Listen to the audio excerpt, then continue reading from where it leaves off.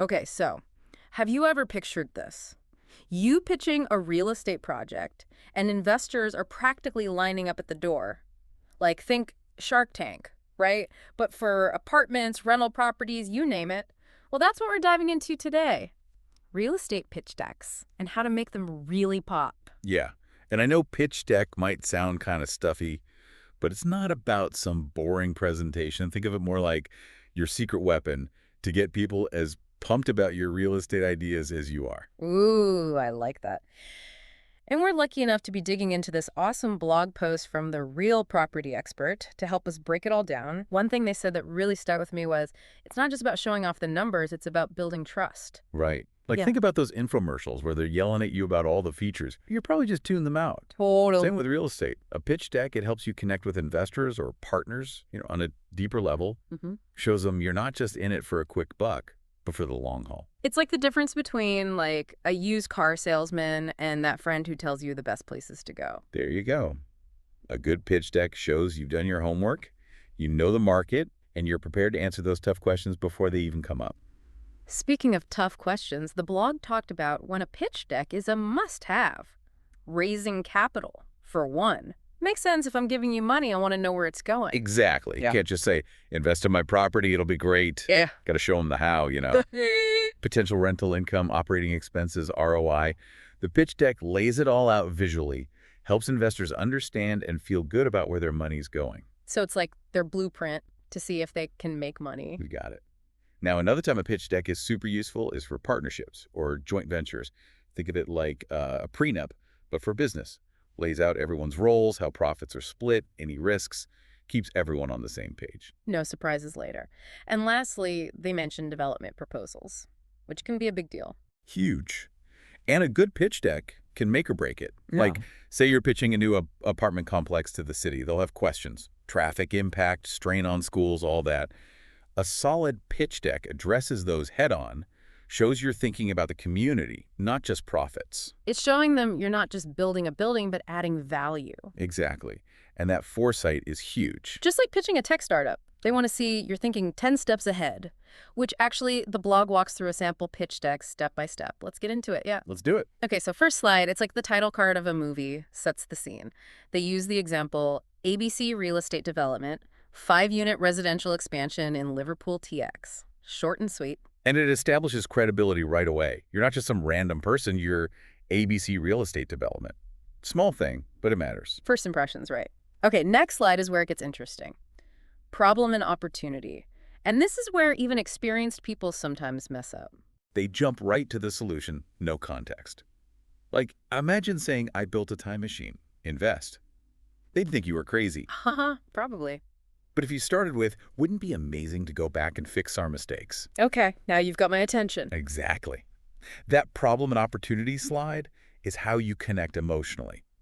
The blog's example, they talk about how there's not enough housing for retirees who want smaller places. Relatable problem, right? Then they tie it to their project. Suddenly you're not just building, you're solving something. Genius. From pitch to purpose. And people invest in purpose. So true. Okay, so you've got the why. Now for the what. The project slide, they call it. Get into the specifics here, but remember, visuals. Don't say nice apartments. Use words that make people actually see the space. So instead of nice, it's spacious, light-filled units, modern finishes, balconies overlooking a landscaped courtyard. Now you're talking. Painting a picture. Way better than just listing features. All right, so solid problem, compelling solution, but gotta talk numbers. Real estate, everyone wants the bottom line. Time for the financials and returns. Show me the money. This is where you back it all up with cold, hard numbers. Building costs, projected ROI. How long until investors see that money back? Clear and concise. Don't bury the lead. Make that profit potential obvious. Exactly. And visuals help here. Charts, graphs, your friends. Okay, but we know numbers can be fudged, right? So that's where the next slide comes in. Market data and comparables. This is showing you did your research. You're not just guessing. You've analyzed the market, understand the trends. Your numbers are based on something real. So like if it's a rental property, you'd include data on average, rents in the area, vacancy rates, property values, that kind of thing. Exactly. Show them similar projects have succeeded. Makes them feel safe. Okay, so we've got the problem, the solution, the financials, market data. Now we got to talk about who's actually doing this, right? Right. Slide 6. Team and expertise. Remember building trust. It's not just buildings, it's people. This is where you show off your team's experience, what they're good at, their track record. And again, it's got to be a story, right? Not just listing degrees, but sharing something that shows their passion, why they're good at this. Yes, maybe someone's been flipping houses since they were a kid, or they're an architect who brings a unique design to the table. Share those stories. Make it personal. Because people invest in people they believe in, ultimately. 100%.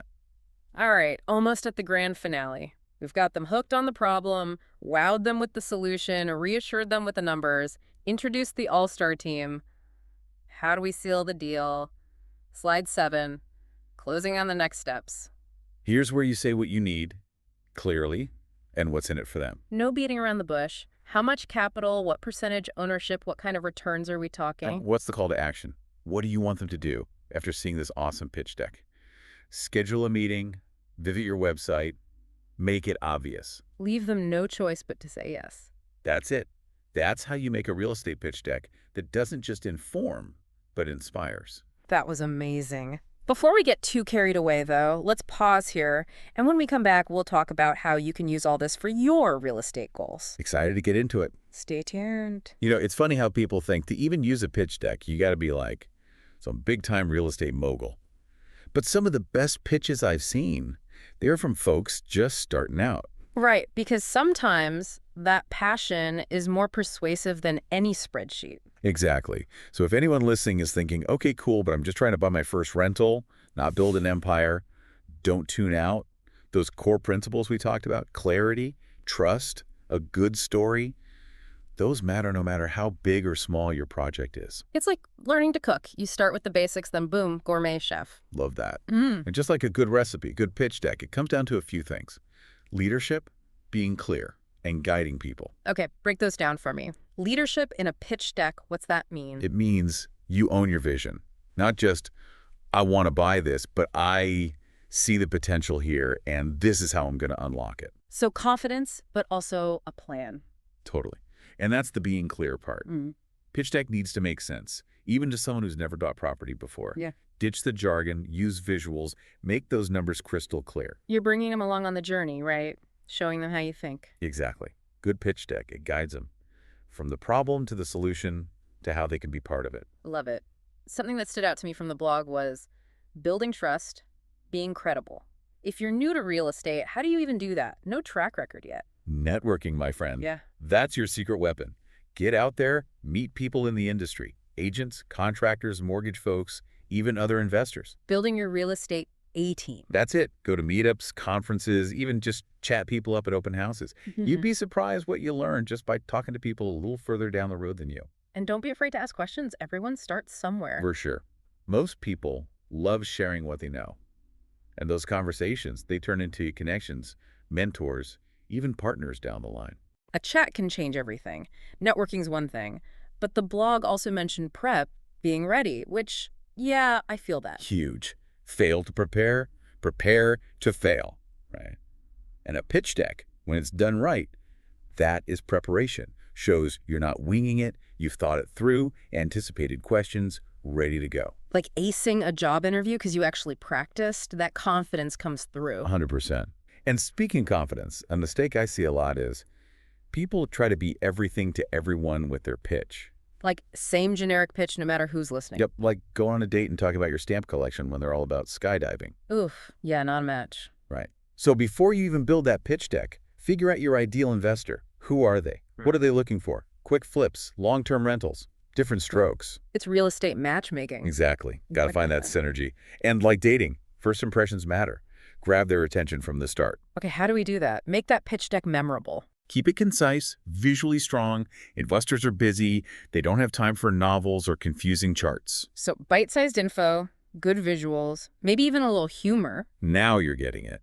It's storytelling, not just data. Use those visuals, clear headings, tell a story with it. And don't be afraid to get feedback along the way. Huge. Get a draft done, share it with mentors, other investors you trust, get their honest opinions. Sometimes you need that outside perspective. 100%. And that's what's so exciting about all this. It's collaborative, it's creative, it's turning those real estate dreams into something real.